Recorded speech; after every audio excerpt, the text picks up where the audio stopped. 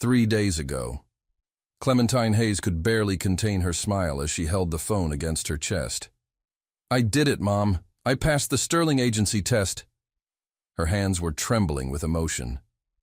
After 6 months unemployed, 3 imminent evictions, and a bank account screaming for mercy, finally, a door was opening. The cleaning position at a high-end residence seemed like the answer to all her prayers. She had danced around the tiny kitchen of her Queens apartment, imagining paying off her debts, maybe even buying that winter coat without holes in the elbows. What an idiot she'd been. Now, "You're telling me he fired 17 cleaners in 6 months?" Clementine choked on her reheated coffee, almost spilling the mug onto the pristine counter of the Blackwell Mansion kitchen. Greta, the 60-year-old housekeeper with the face of someone who'd seen all circles of hell, nodded with frightening pragmatism. 18, if we count Bethany, but she only lasted 45 minutes. Greta examined Clementine from head to toe, her penetrating blue eyes assessing every inch. "You look strong, physically and mentally. You'll need both." Clementine's stomach plummeted. When Sterling Agency called 3 days ago with that urgent and discreet tone, she should have been suspicious. "A unique opportunity," they said. "Generous salary," they promised. What they conveniently omitted was that the employer in question was Dominic Blackwell, the tech billionaire whom Forbes had affectionately nicknamed the Silicon Tyrant, and page 6 described as allergically incapable of smiling. "Is he really that terrible?" Clementine asked, though she already knew the answer. By the way, Greta sighed. "Terrible is subjective, dear." Greta poured fresh coffee into a porcelain cup, so delicate it probably cost more than Clementine's monthly rent. "Mr. Blackwell is demanding, precise, inflexible, and has the temperament of a volcano during a solar storm." Fantastic. Clementine looked around the kitchen that seemed straight out of an architecture magazine. Carrara marble, professional stainless steel appliances, a climate-controlled wine cellar visible through glass doors, everything immaculate, cold, soulless, like a luxury mausoleum. And what exactly got the last cleaner fired? She used the wrong vacuum on the Persian rug in his office. There's a right and wrong vacuum? For Mr. Blackwell, there's the right way to do everything, and then there's the wrong way, which is any other way.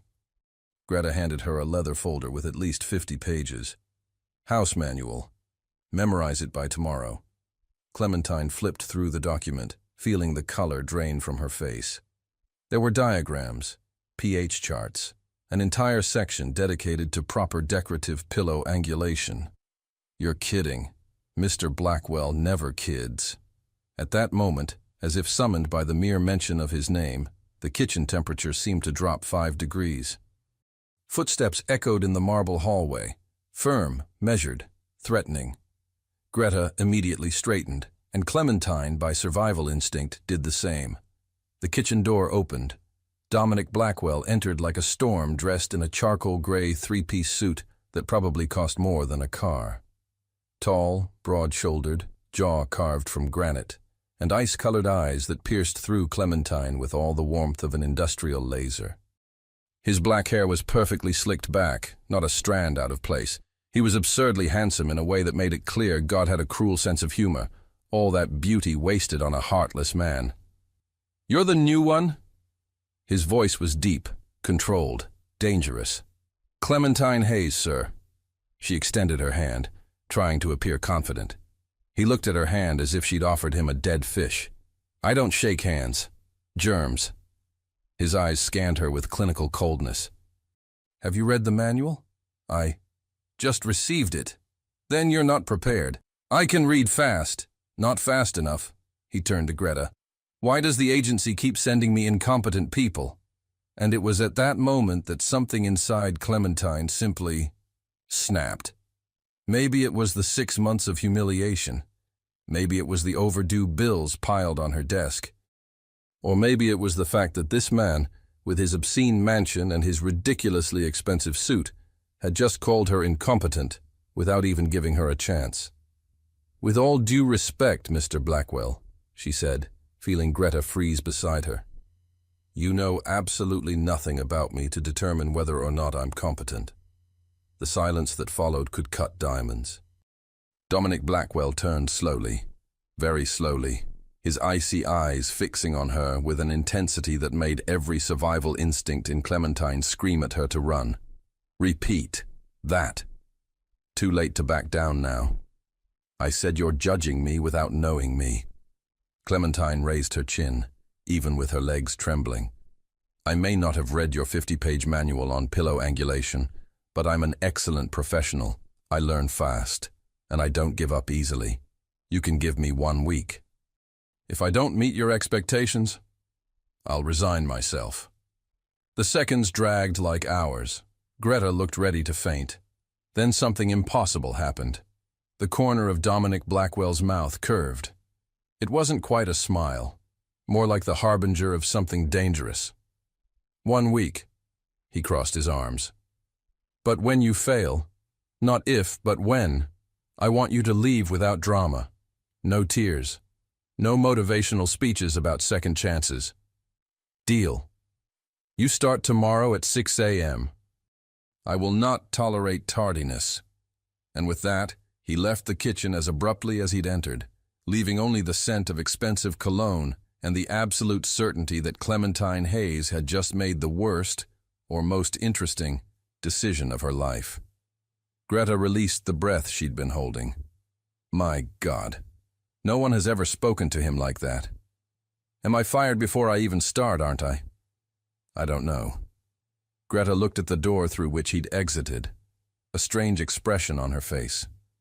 But something tells me things around here are about to get much more interesting. Clementine looked at the impossible manual in her hands and sighed. God help me. Clementine's alarm went off at 4:30 a.m., which felt less like a wake-up call and more like a declaration of war against her body. She'd spent the entire night reading Dominic Blackwell's insane manual, and now her brain was a jumbled mess of counterclockwise dusting patterns and appropriate water temperature for Italian marble, 68-72 degrees, never warmer. By 5:45 a.m., she was standing outside the service entrance of the Blackwell mansion, clutching her coffee thermos like a lifeline, and wearing the most professional-looking outfit she owned. Black pants that were only slightly worn at the knees, and a white blouse she'd ironed 3 times. Greta opened the door with the punctuality of a Swiss watch.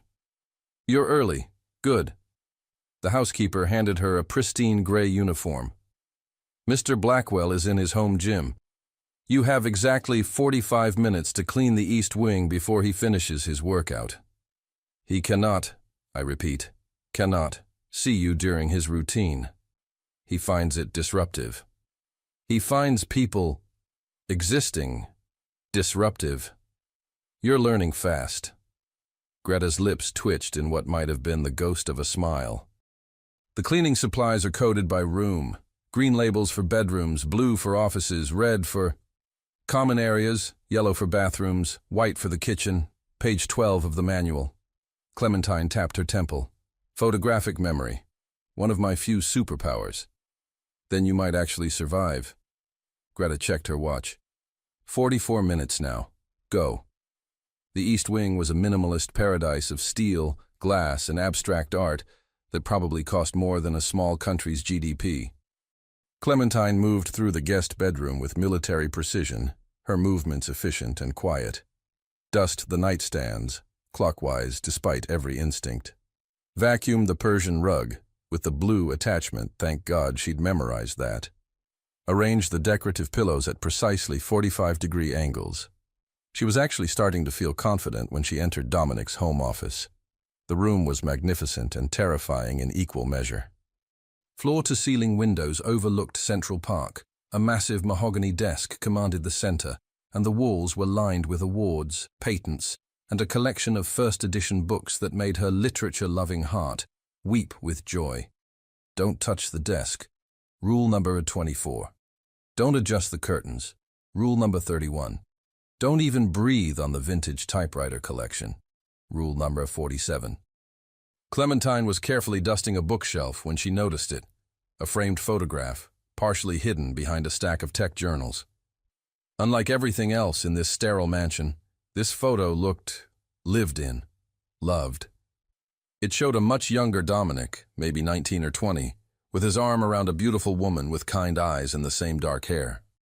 They were both laughing, genuinely laughing, and for a moment Clementine couldn't reconcile this joy-filled boy with the ice-cold man she'd met yesterday. "What are you doing?" Clementine spun around so fast she nearly knocked over a priceless-looking glass sculpture.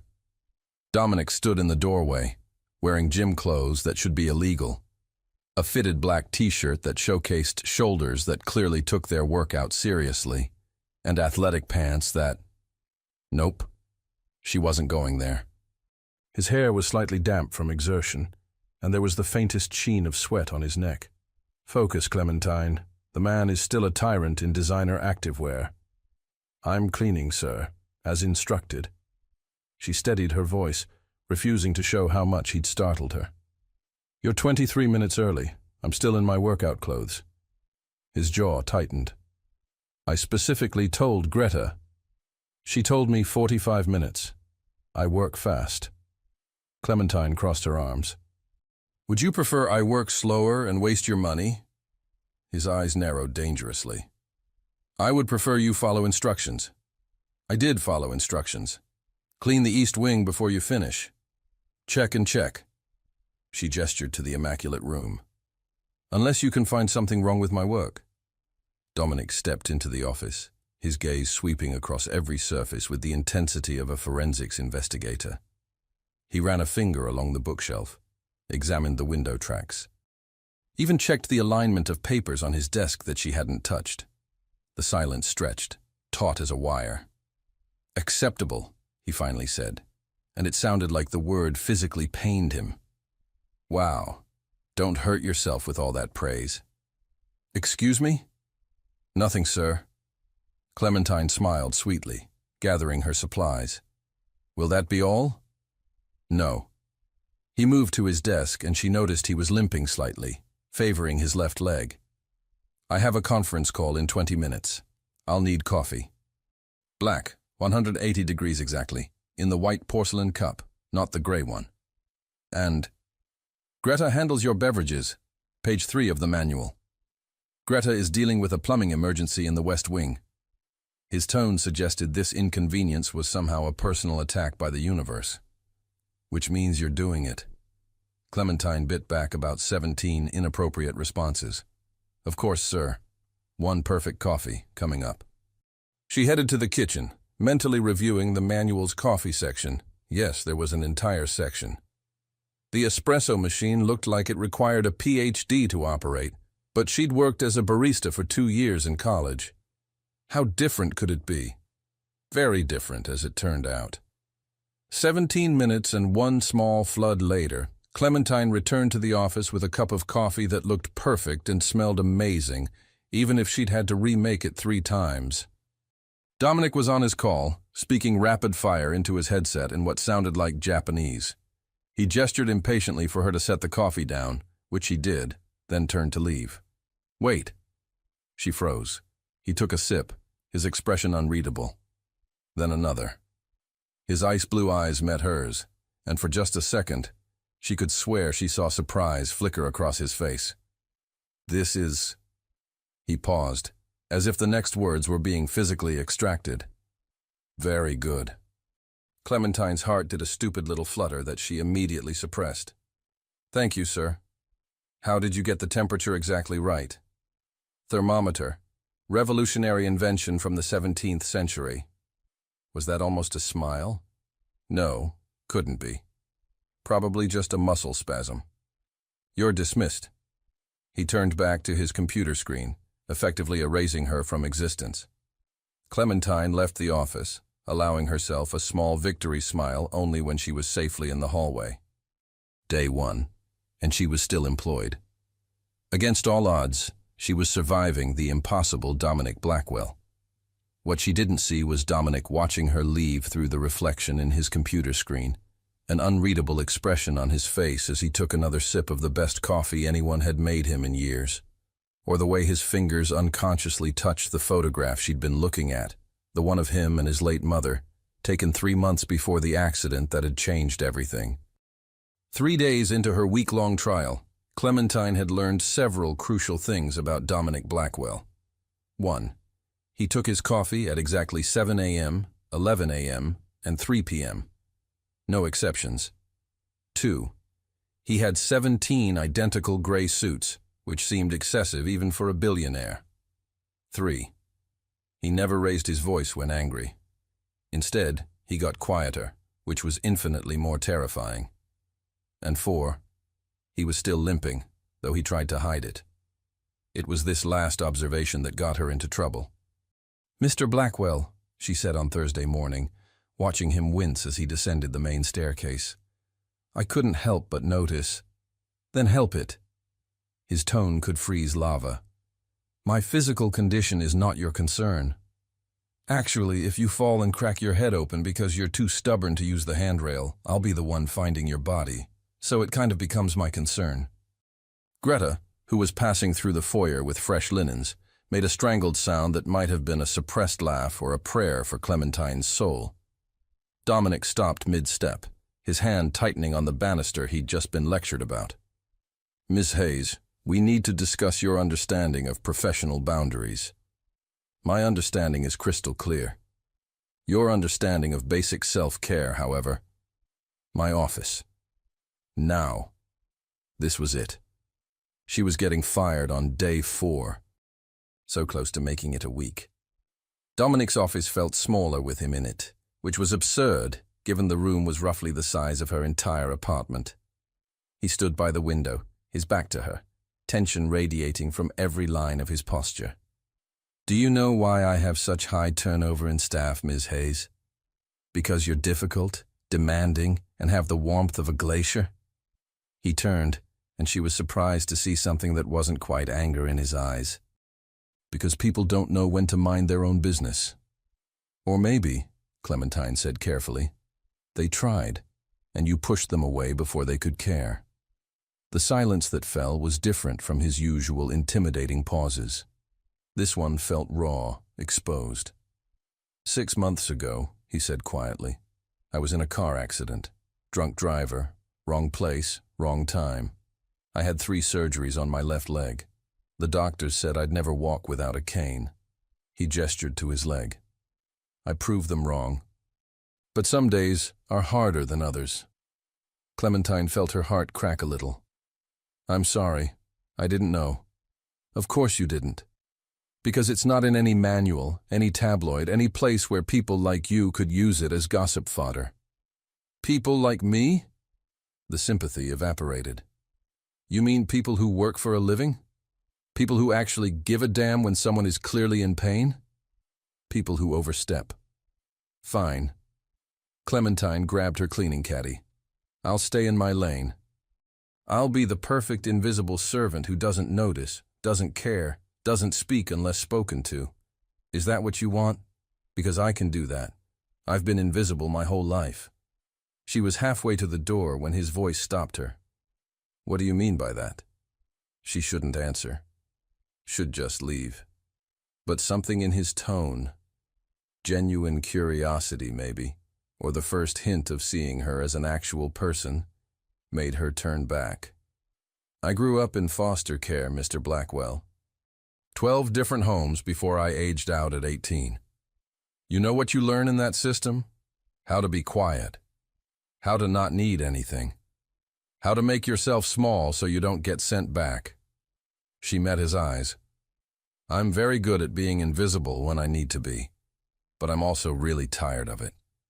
Dominic stared at her, and for the first time since she'd met him, he looked genuinely uncertain. "I didn't know." "Why would you? You never asked." She softened her tone. "Look, I'm not trying to invade your privacy or cross boundaries, but I see you struggling with those stairs every morning, and my instinct is to help. That's all. I'm not looking for gossip or pity points, I just—" She shrugged helplessly. "I care. It's a character flaw." "Caring is not a character flaw," says the man who's built a fortress specifically to avoid it. His jaw tightened, but not with anger. With something else. Recognition, maybe, The physiotherapist comes 3 times a week, he said abruptly. But she can't make afternoon sessions anymore. Her schedule changed. He wasn't looking at Clementine, focusing instead on some point past her shoulder. Greta mentioned you used to work at a rehabilitation center. For 6 months, yes. I was just an aide, but I learned the basics. Could you? He stopped, clearly struggling with the request. Would you be willing to help with the exercises? 30 minutes, 3 afternoons a week. I'd compensate you additionally, of course. Clementine blinked. Was Dominic Blackwell actually asking for help? You want me to be your physiotherapist? Assistant physiotherapist? The actual therapist provides the program. You'd simply help me execute it. Why me? Because you've already seen me at my weakest. His voice was matter of fact, but she heard the vulnerability underneath. And because you're not afraid of me. Everyone else in this house walks on eggshells. It's exhausting. I'm terrified of you, Clementine admitted. I'm just better at hiding it. That earned her something remarkable. An actual smile. Small, fleeting, but real. It transformed his entire face, softening the harsh lines and making him look his actual age instead of perpetually exhausted. So you'll do it? On one condition. She crossed her arms. You stop trying to fire me for caring about basic human welfare. Deal. He extended his hand, then remembered. Right. Germs. Actually, Clementine said, pulling a small bottle from her pocket. I started carrying hand sanitizer, just in case. She squeezed some into her palm, offered the bottle to him, and after a moment's hesitation, he took it. Then, with the solemnity of a business contract, they shook hands. His grip was firm, warm, and lasted exactly 3 seconds. But in those 3 seconds, Clementine felt something shift, a crack in the ice, a bridge across the fortress walls. First session is tomorrow at 2 p.m., Dominic said, releasing her hand and stepping back to his professional distance. Don't be late. Wouldn't dream of it, sir. As she left the office, Clementine caught her reflection in one of the hallway mirrors and barely recognized the smile on her face. Behind her, still standing by his desk, Dominic looked at his hand, the one that had just shaken hers, with an expression somewhere between confusion and wonder. It had been 6 months since he'd willingly touched another person. He hadn't realized how much he'd missed it. The first physiotherapy session was awkward in ways Clementine hadn't anticipated. You need to remove your shirt, she said, consulting the exercise sheet the actual physiotherapist had left. Dominic, sitting on the padded therapy table in his private gym, looked at her like she'd suggested he juggle chainsaws. Absolutely not. The exercises require monitoring your shoulder alignment and back muscles. I can't do that through cashmere. Then we'll skip those exercises. Mr. Blackwell. Dominic. He said it abruptly, not meeting her eyes. If you're going to be manhandling my injured leg 3 times a week, you should probably use my first name. It felt like a gift, this small intimacy. Okay, Dominic. She liked the way it sounded. The shirt still needs to come off. He muttered something under his breath that sounded like a creative curse, then slowly unbuttoned his dress shirt. Clementine very professionally did not notice the defined muscles, the pale scar running along his left rib cage, or the way his hands trembled slightly. Not from weakness, but from the vulnerability of being seen. Let's start with the leg stretches, she said gently. The next 30 minutes were a lesson in patience. Dominic was the worst kind of patient, brilliant enough to question every instruction, stubborn enough to push past his pain limits, and proud enough to hate needing help. 15 degrees more, Clementine instructed, carefully guiding his leg through the range of motion. It doesn't bend that far. It does. You're just scared it will hurt. I'm not scared of anything. Everyone's scared of something. She applied gentle pressure, watching his face for signs of real pain versus mere discomfort. What terrifies the great Dominic Blackwell? Incompetent physiotherapist assistants who ask too many questions. Liar. Hold this position for 10 seconds. She counted aloud and felt his muscle begin to shake. You're doing great. Just breathe. I don't need encouragement. I need this leg to work properly. Why? The question slipped out before she could stop it. Because I refuse to be broken. The words came out fierce, almost desperate. The accident took 6 months of my life. It doesn't get to take anything more. Clementine understood that kind of defiance, the need to prove you weren't defeated by circumstances beyond your control.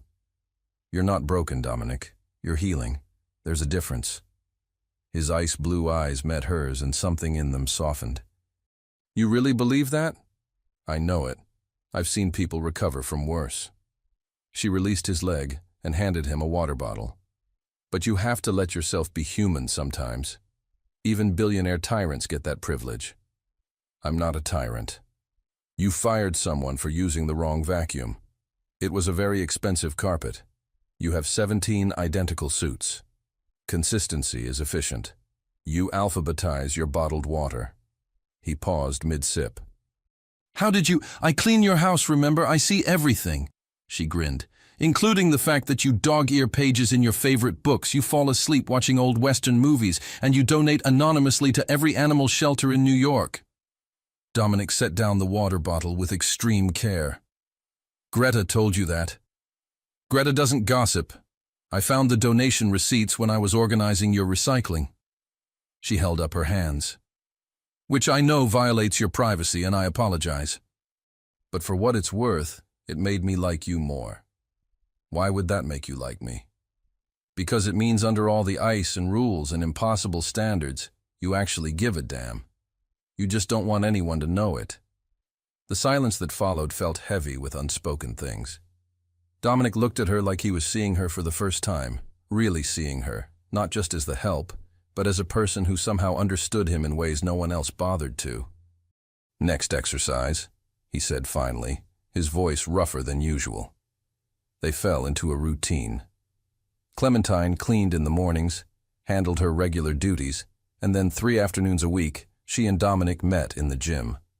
Slowly, incrementally, his leg improved. More importantly, the walls between them began to crumble. She learned he'd built his first computer at age 12 from scrap parts. He learned she'd taught herself to read, using library books she'd smuggled into foster homes. She learned his mother had died in childbirth with what would have been his little sister. He learned Clementine's greatest fear was becoming invisible again, mattering to no one. That's impossible, he said one afternoon, helping her put away the exercise equipment, a small gesture that would have been unthinkable 2 weeks ago. What is? You being invisible. You're the least invisible person I've ever met. Clementine laughed. That's funny coming from someone who tried to pretend I didn't exist for the first 3 days. I wasn't pretending you didn't exist. I was trying not to notice how much you did.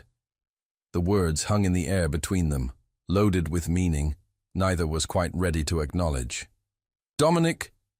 The gym door burst open. A stunning woman in designer everything swept in, her auburn hair perfectly styled, her smile predatory and possessive. Darling, there you are! She air-kissed near Dominic's cheek. I've been texting you for hours. Dominic's entire demeanor shifted, walls slamming back up, expression cooling to its familiar ice. Victoria, what are you doing here? Can't a fiancé visit her future husband? Victoria's eyes slid to Clementine, dismissive and cold. I see you have a new maid. How quaint. Do try to keep this one longer than the others, darling. The turnover is embarrassing. Fiancé. The word hit Clementine like a physical blow. I should go, she said quietly, gathering her things with hands that wanted to shake. Same time Friday, Mr. Blackwell? Clementine, wait. But she was already gone, practically fleeing the gym, Victoria's musical laugh following her down the hallway. She made it to the staff bathroom before the tears came. Not because she had feelings for Dominic. That would be ridiculous, unprofessional, completely stupid. But because for 2 weeks she'd let herself believe she mattered to him. That the connection between them was real. She'd forgotten the first rule of survival. People like her didn't get happy endings with people like him. Back in the gym, Dominic stood rigidly as Victoria prattled on about wedding venues, barely hearing a word. His eyes were fixed on the door Clementine had disappeared through, his jaw tight with an emotion he couldn't quite name. It felt uncomfortably like regret. For the next 3 days, Clementine became a ghost in Dominic's house, perfectly efficient, utterly professional, and completely unreachable. She cleaned his spaces when he wasn't there, left his coffee on his desk without a word, and somehow managed to avoid direct eye contact even during their therapy sessions. It was driving him insane. "You're favoring the right leg again," she said Friday afternoon, her voice clinically detached. "Straighten your posture." "Clementine, Mr. Blackwell," she corrected, adjusting his ankle position without meeting his eyes. "We should maintain professional boundaries, don't you think?" There it was again, that wall she'd erected, and he had no idea how to breach it. Worse, he wasn't sure he had the right to try. "About Victoria," he started. "Your personal life is none of my business." Her smile was polite and empty. 15 more reps, please." Dominic grabbed her wrist, gently but firmly enough to make her look at him. "It's not what you think." "I don't think anything, sir. You're engaged. Congratulations. Now, if you could release my hand." "It's an arrangement." The words burst out of him. "A business arrangement. Our fathers were college roommates, built their first company together. Before they died, mine from a heart attack, hers from cancer, they had this ridiculous dream of uniting the families. Victoria and I have been promised to each other since we were teenagers." Clementine stared at him. "That's the most archaic thing I've ever heard." "I know. So why go through with it?" "Because I promised my father on his deathbed. Because the merger of our companies would create a tech empire. Because—" He released her hand, running his fingers through his hair in frustration. "Because until 3 weeks ago, it seemed like a perfectly logical decision." "And now?" The question hung between them, dangerous and electric. "Now I'm questioning a lot of my logical decisions." His eyes locked with hers. "Especially the ones about keeping people at a distance." Clementine's breath caught. "Dominic, I'm your employee. This isn't... We can't... I know, you're right. Completely unprofessional." But he didn't move away. "Tell me to stop thinking about you. Tell me you don't feel this too." She wanted to lie, should lie. But standing this close to him, seeing the vulnerability in his ice-blue eyes, she couldn't. "I can't tell you that." "Then we have a problem." "A massive one." She stepped back, creating necessary distance. "Because I'm not going to be the other woman. I've been unwanted and second best my entire life. I won't do it again, even for—" She stopped herself. "Especially not for someone I'm starting to care about." The confession seemed to cost her, and Dominic felt something crack open in his chest. "Victoria and I don't love each other," he said quietly. "We never have. It's a contract, nothing more." "Does she know that?" He thought of Victoria's possessive touches, her constant mentions of our future, the way she'd redecorated his guest house without asking.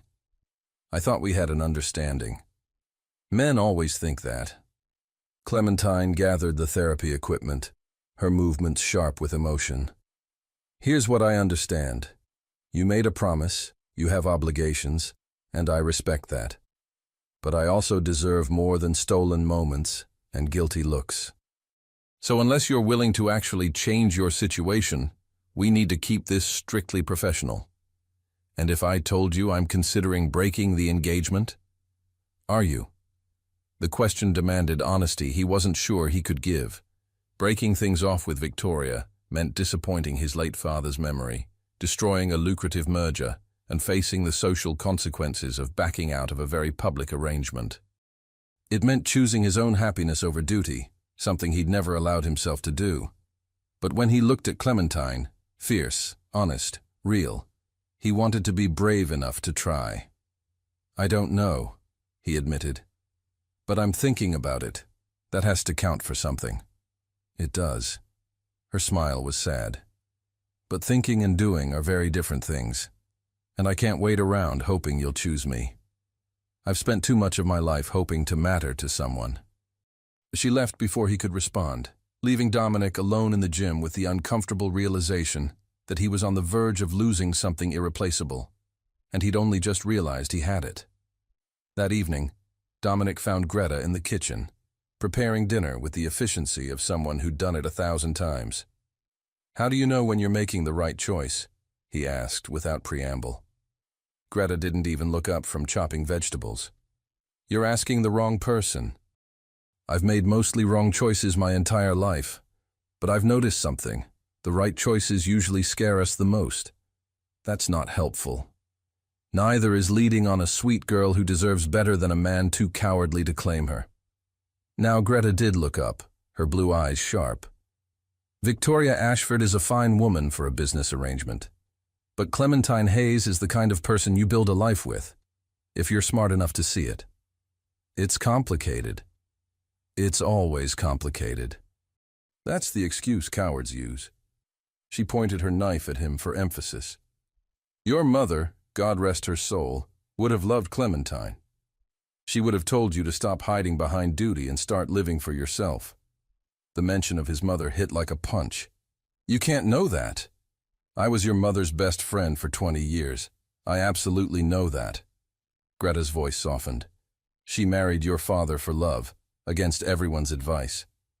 Built an empire together, yes, but more importantly, they were happy. She'd want that for you."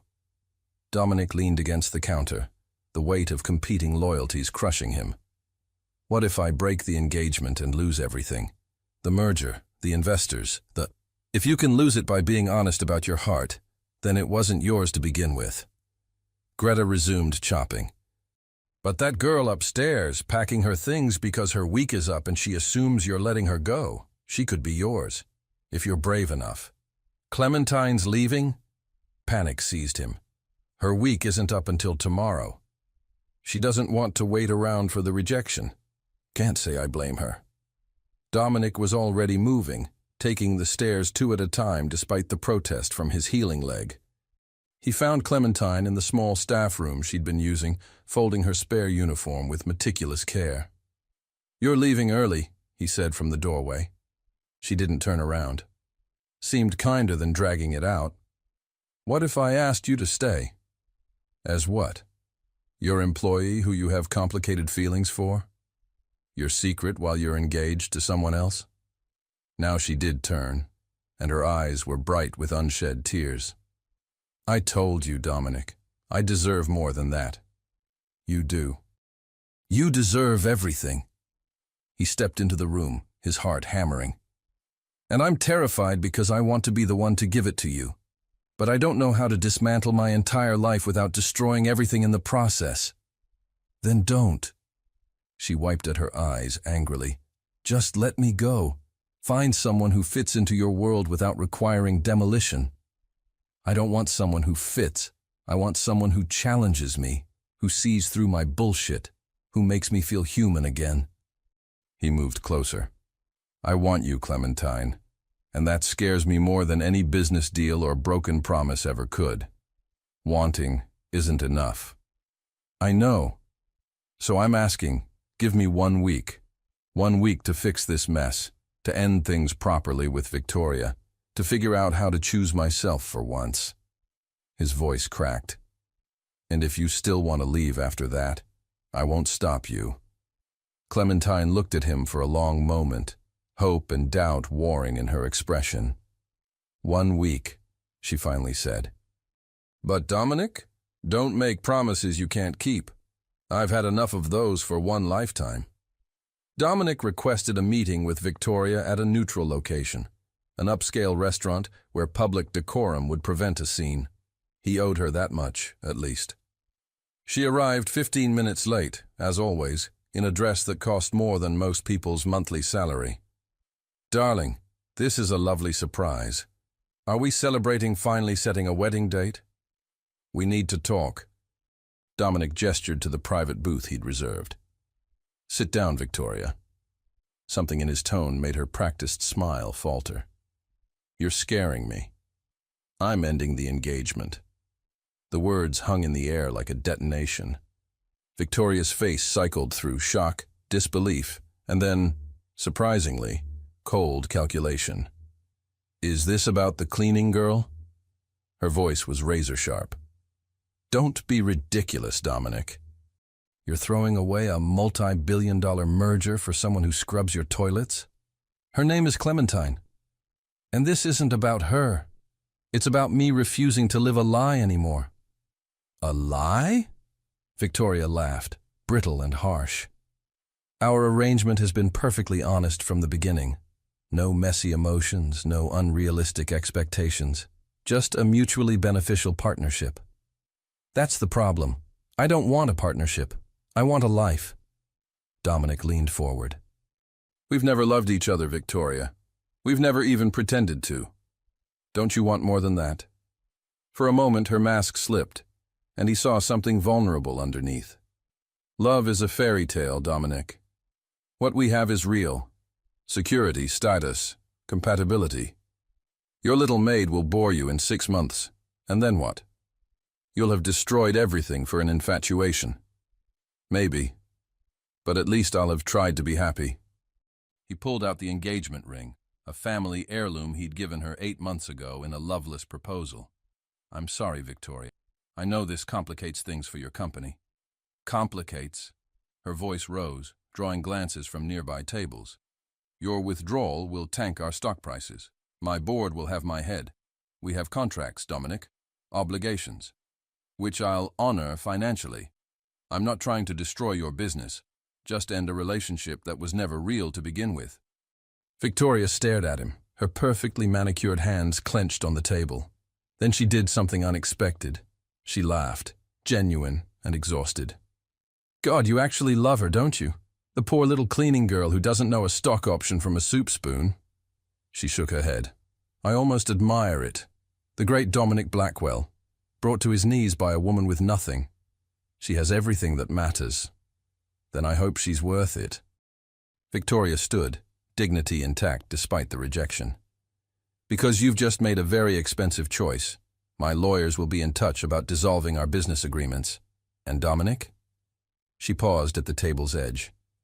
"When this falls apart, and it will, don't come crawling back." She swept out of the restaurant like a departing queen, leaving Dominic with the check, the ring, and the nauseating certainty that he'd just irrevocably changed his life.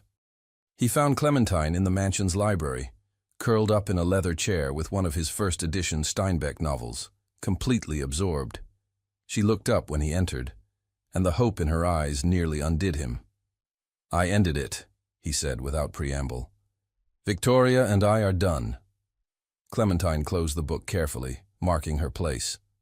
How did she take it? About as well as could be expected. Threatened legal action, predicted our demise, made several accurate observations about my character flaws. He sat in the chair across from hers, suddenly exhausted. "But it's done. Whatever happens with the business, I made my choice." "Dominic," she leaned forward, "I never wanted you to blow up your life for me. I didn't do it for you. I did it for me." He met her eyes. "Though I'd be lying if I said you weren't the catalyst. You made me remember what it feels like to be seen, to be challenged, to actually give a damn about something other than quarterly earnings. That's a lot of pressure to put on a person. Is it too much?" Clementine bit her lip, clearly wrestling with something. "I need you to understand what you're getting into. I'm not Victoria. I don't know how to navigate your world. I'll embarrass you at galas, use the wrong fork at fancy dinners, probably say completely inappropriate things to your investors. I'm counting on it." He smiled, a real one, reaching his eyes. "My world could use some shaking up. I'm also terrified." The confession came out small. "I've never had something this good. I keep waiting for it to be taken away. Then we'll be terrified together." Dominic stood, crossing to her chair and kneeling despite the protest from his healing leg. "I can't promise this will be easy. The press will have a field day, my board will question my judgment, and we'll probably face a dozen challenges I haven't anticipated. But I can promise I'm in this. Completely. If you'll have me. Clementine reached out, touching his face with a gentleness that made his chest ache. You're really doing this? Choosing me? Every day if you'll let me. She leaned down and kissed him, soft, tentative, and absolutely perfect. It lasted only seconds before she pulled back, laughing nervously. Sorry, was that too forward? I don't actually know the protocol for kissing your former employer who just blew up his engagement for… Dominic cut her off with another kiss, deeper this time, his hand cradling the back of her head. She tasted like hope and promises and everything he'd been denying himself for years. When they finally broke apart, both breathing hard, he rested his forehead against hers. For the record, he murmured, you're fired. What? As my employee. Effective immediately. I'll write you the most glowing recommendation letter ever penned. His smile was wicked. But I draw the line at dating my staff. Ethics and all that. You're insane. Probably. Is that a problem? Only if you think I'm going to become some kept woman living in your mansion rent-free. I wouldn't dream of it. Though I should mention I have an opening for a physiotherapist consultant. Excellent pay, flexible hours, and the boss is supposedly impossible, but has recently become much more tolerable. Clementine laughed, the sound bright and genuine. I suppose I could consider it. Does it come with benefits? Depends. He kissed her again, light and teasing. What kind of benefits did you have in mind? Let's start with honesty, respect, and actual communication. Revolutionary concepts, I know. Deal. He pulled her to her feet, wrapping his arms around her. Though I should warn you, my learning curve on the whole healthy relationship thing might be steep. Good thing I'm an excellent teacher. They stood there in the library, wrapped around each other, the first edition books witnessing the beginning of their real story. Outside, New York glittered with possibilities. Inside, for the first time in years, Dominic Blackwell felt like he was exactly where he was supposed to be. Clementine. Thank you. For what? For being brave enough to care about someone who spent so much energy pushing people away? He pulled back to look at her. I don't deserve you. You're right, she agreed cheerfully. But you're going to spend a very long time trying, so get comfortable with the idea. And despite everything, the chaos waiting outside, the business complications, the uncertain future, Dominic found himself laughing, truly laughing, for the first time in months. 3 weeks of bliss should have prepared Clementine for the inevitable crash. It didn't. The tabloids struck first. Silicon tyrant trades iris for housekeeper, screamed one headline. Billionaires downgrade. The Cinderella story nobody asked for, declared another, complete with an unflattering photo of Clementine taken outside the mansion, looking exhausted in her cleaning uniform. Don't read them, Dominic said, trying to take her phone away at breakfast. Too late. She stared at an article dissecting every aspect of her life. The foster care system, her previous jobs, her student loan debt. They'd somehow obtained her employment records, old photos, even interviewed a foster mother who claimed Clementine had been troubled and difficult. That's a lie, she whispered. Mrs. Patterson sent me back because I couldn't afford the household contribution she demanded from a 13-year-old. We'll sue them for defamation. That'll just make it worse. Clementine set down the phone, her appetite gone. They're right about one thing, though. I don't belong in your world. You belong wherever you choose to be. Do I? She gestured at the dining room, all crystal chandeliers and imported marble. Last night at that investor dinner, I used the wrong wine glass. 3 times. That woman in the Chanel suit actually laughed at me. Catherine Morrison is a snob with no substance. Her opinion means nothing. It means something to your investors, Dominic. I heard them whispering. They think you've lost your mind. The truth was, the business fallout had been worse than anticipated. 2 major investors had pulled out, citing concerns about leadership judgment. Victoria's company had initiated 3 separate lawsuits. The board had called an emergency meeting to discuss Dominic's recent erratic behavior. And through it all, Clementine felt like a fraud playing dress-up in a world that would never accept her. The breaking point came at the Metropolitan Museum Gala, a black tie event Dominic couldn't avoid. He'd bought Clementine a stunning emerald dress, hired a stylist, assured her she'd be fine. She wasn't fine. From the moment they arrived, she felt the stares, heard the whispers. Women in diamonds examined her like an exotic curiosity. Men looked at Dominic with pity, as if he'd suffered a mental breakdown. And when Victoria appeared, devastating in crimson, with a prominent senator on her arm, the whispers became a roar. "Clementine Hayes," Victoria said, approaching them with predatory grace. "How quaint. Playing Cinderella at the ball. Though I notice your dress is Vera Wang, not rags. Dominic does love a project." "Victoria," Dominic warned, his hand tightening on Clementine's waist. "Don't." "Don't what? Acknowledge reality?" Victoria's smile was poisonous. "Your stock prices have dropped 18%, darling. Your board is discussing a vote of no confidence. But sure, this," she gestured at Clementine, "is definitely worth destroying everything you built. My relationship is none of your concern. Your relationship is everyone's concern when it affects market stability." Victoria leaned in, her voice dropping. "Face it, Dominic, you chose poorly. And the sooner you admit it, the sooner you can start repairing the damage." She swept away, leaving Clementine feeling like she'd been filleted in public. "I need air," Clementine managed, pulling away from Dominic and heading for the museum's terrace. Outside, the October night was cold, matching the chill settling into her bones. She'd been stupid to think this could work. Stupid to believe love conquered all. This wasn't a fairy tale. It was real life, where class divides mattered and cleaning girls didn't get billionaire princes. "Clementine."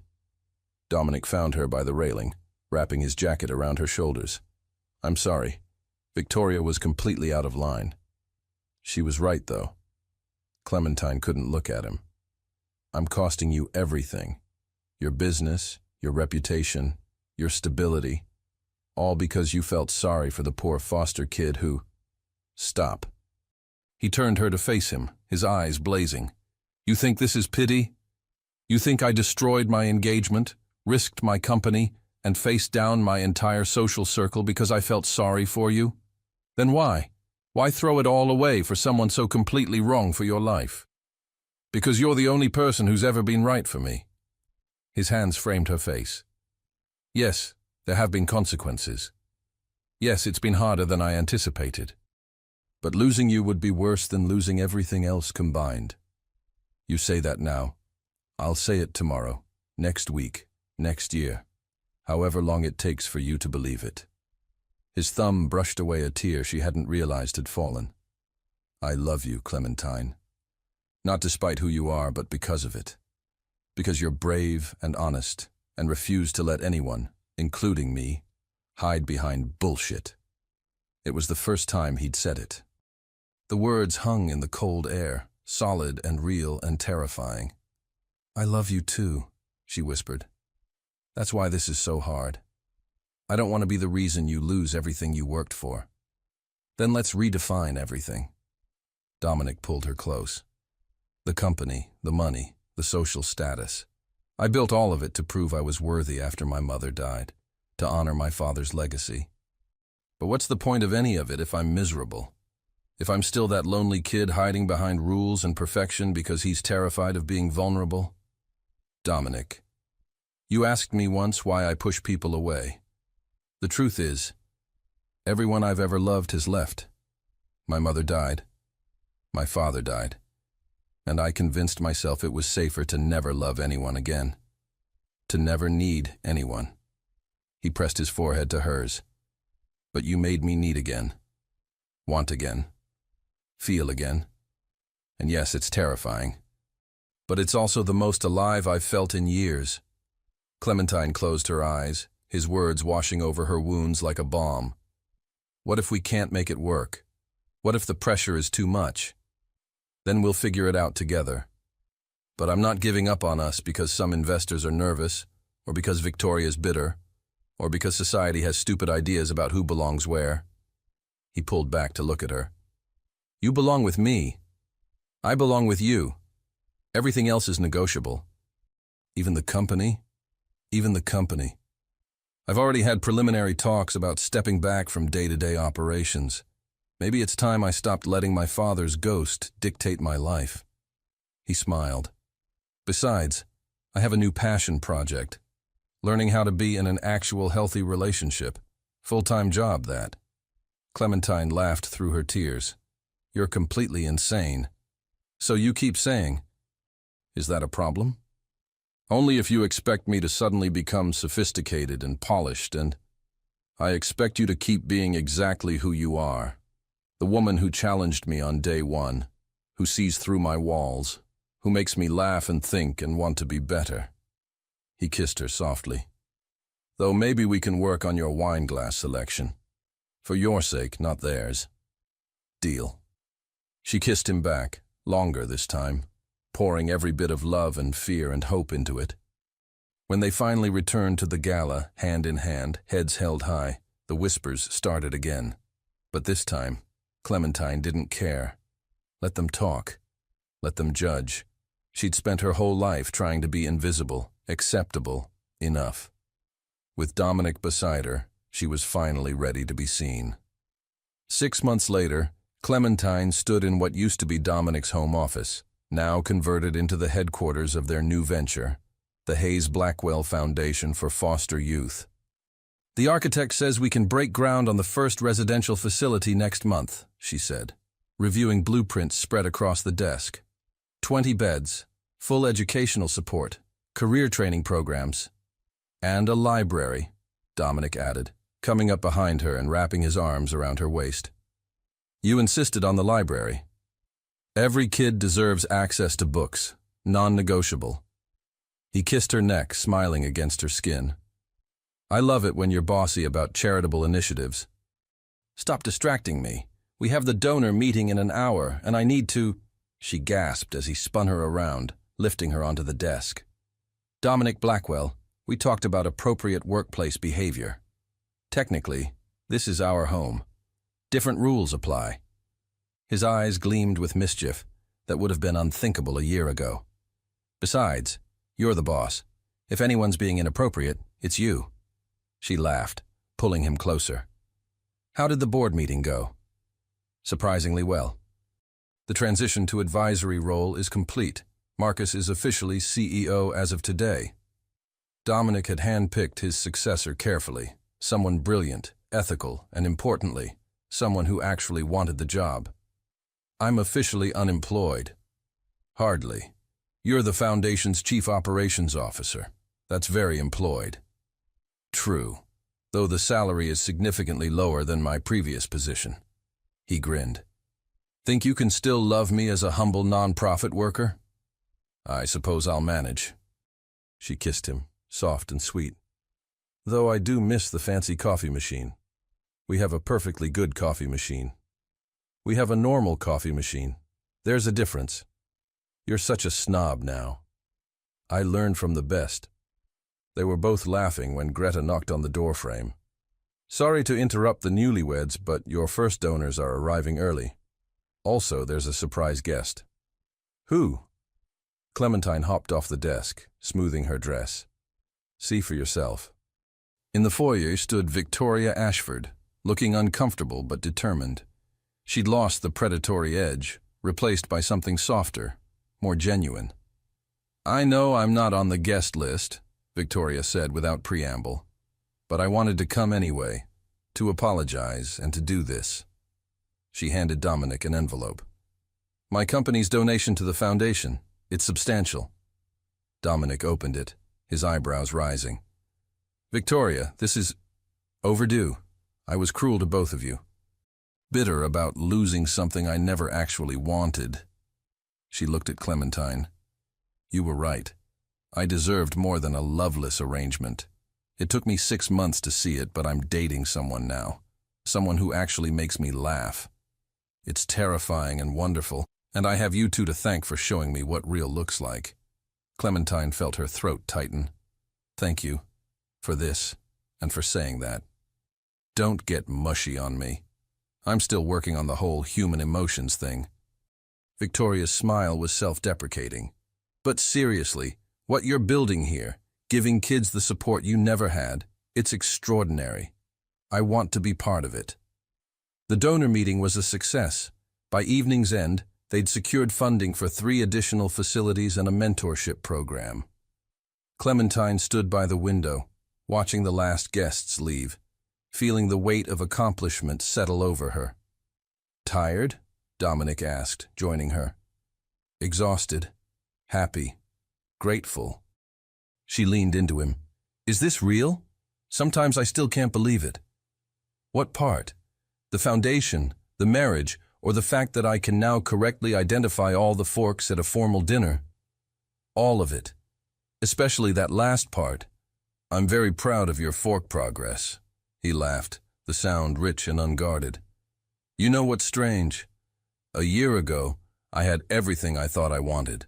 The company, the perfect arrangement, the controlled life.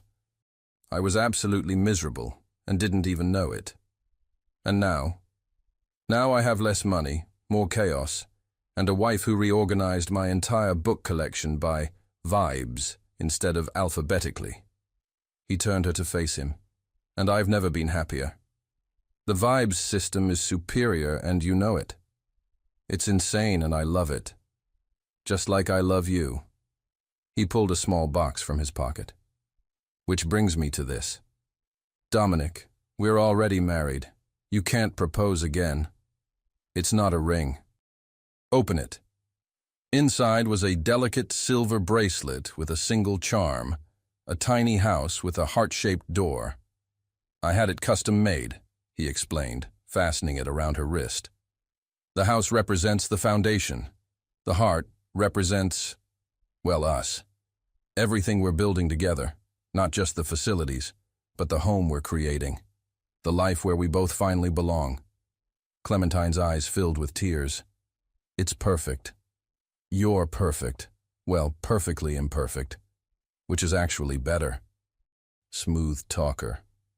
I learned from the best. He echoed her earlier words, making her laugh. They stood there, wrapped in each other's arms as the New York skyline glittered outside. The mansion that once felt like a mausoleum now hummed with life. Greta singing in the kitchen, the foundation staff working late in the converted offices, the promise of children's laughter that would soon fill the residential facilities they were building. Thank you, Clementine whispered. For what? For taking a chance on the cleaning lady with the big mouth and the terrible wine glass etiquette. Best decision I ever made. He kissed her forehead. Well, second best. First best was firing you so I could date you properly. Your romantic gestures need work. Good thing I have a lifetime to practice. And as they stood there, 2 people who'd found each other in the most unlikely circumstances, Clementine realized something profound. Fairy tales weren't about princes and castles. They were about finding someone who saw you, really saw you, and chose to build something real together. The kind of love that wasn't perfect, but was perfectly theirs. The end. 3 years later, the ribbon-cutting ceremony for the 5th Hayes Blackwell Youth Center drew a crowd of over 300 people. Clementine, 7 months pregnant and glowing, stood beside Dominic as they officially opened the doors to their largest facility yet. This center serves 60 young people, she announced, her voice strong. It provides housing, education, therapy, job training, and most importantly, family, because every child deserves to belong somewhere. The first residents moved in that afternoon. Clementine personally welcomed each one, remembering exactly how it felt to be 16 and terrified, and hoping this placement might finally be different. That evening back home, Dominic found her in the nursery they'd been preparing, tears streaming down her face. What's wrong?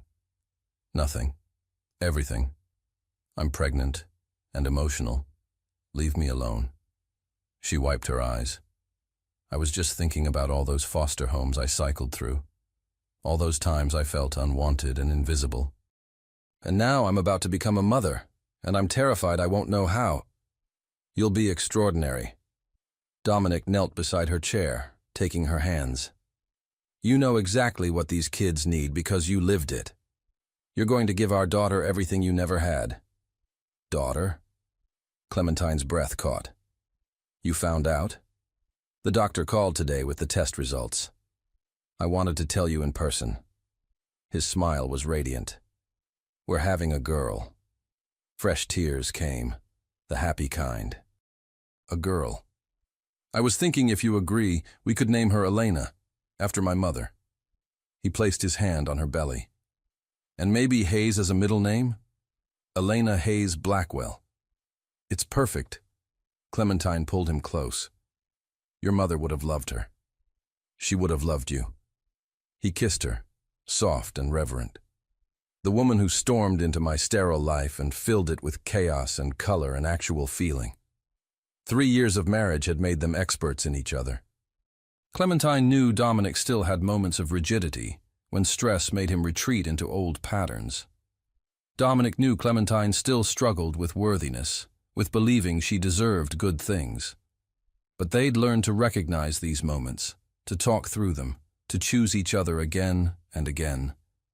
Hey, she said, touching his face. Remember when you tried to fire me for using the wrong vacuum? I was an idiot. You were scared.